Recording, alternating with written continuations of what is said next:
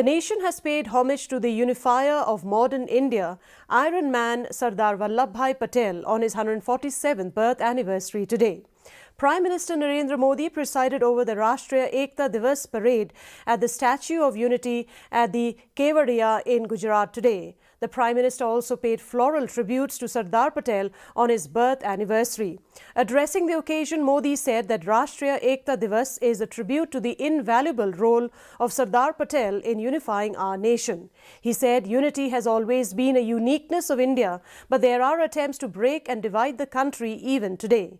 He urged people to refrain from negative narratives that try to divide the country into lines of religion, caste and language. पर हमें बांटने की कोशिश होती है।